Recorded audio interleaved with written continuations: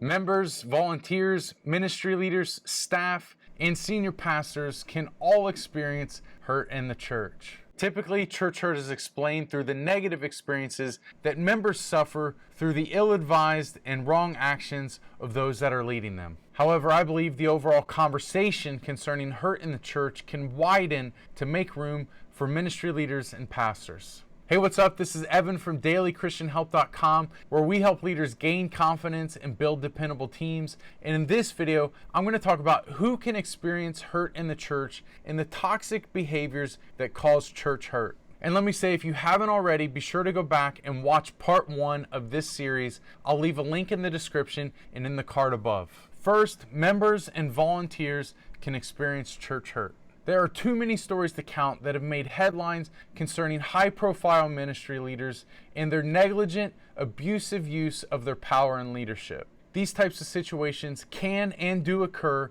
in smaller, less recognized churches all the time. And as mentioned, pastors and ministry leaders can experience hurt in the church too. As a former pastor, I can assure you some sheep have sharp teeth more like wolves than lambs. Well-meaning ministry leaders can experience harm from those that they're desiring to serve and care for. Many pastors have church members who try to manipulate them, criticize their leadership, downplay their careers, complain about initiatives, comment about expenditures, attack their character, or even gossip about their families. Granted, receiving criticism and comparison often comes with leadership territory, but the sting of a few consistent remarks can quickly compound into deep wounds.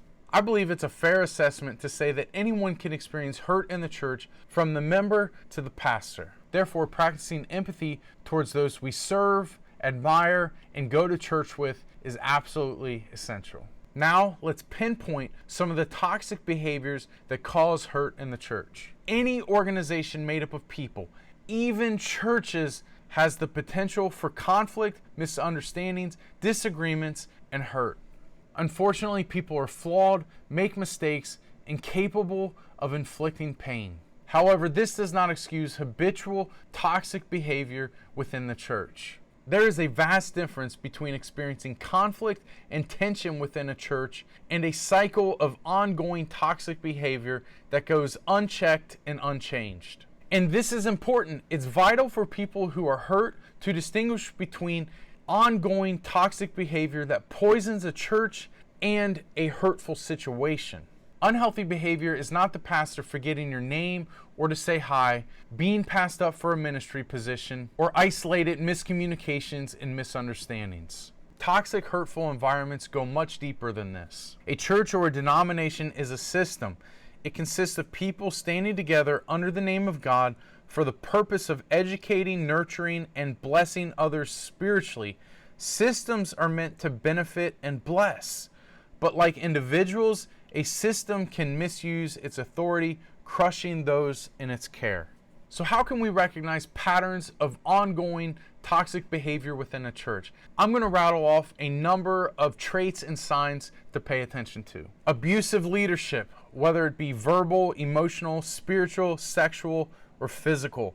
Control issues, denial, rejecting feedback, bullying, unhealthy staff culture, high staff turnover, fighting and arguing, gossip, manipulative tactics, continuous complaining, self-serving policies, little to no accountability, insulated leadership circles, and constantly repeating the same mistakes for months and years on end. If you're in an environment where one or more of these things are taking place, prayerfully consider any appropriate conversations that may need to take place to resolve any church leadership problems.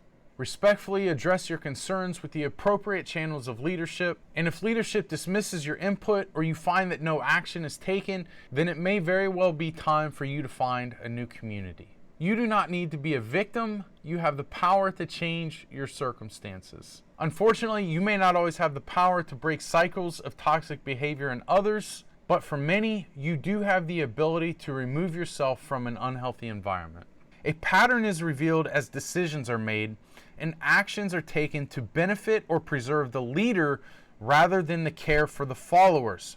The leader and others with power believe that if he fails, the whole system everyone has worked so hard to build will go down. The system is protected rather than the sheep.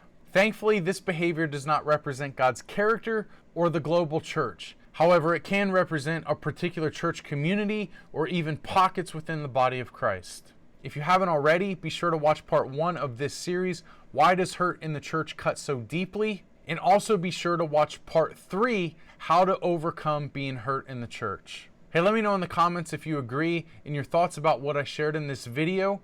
And if you found it helpful, be sure to hit the like button and don't forget to subscribe. And if you need leadership help, be sure to check out the free guide in the description to help you overcome decision fatigue and empower your team to lead.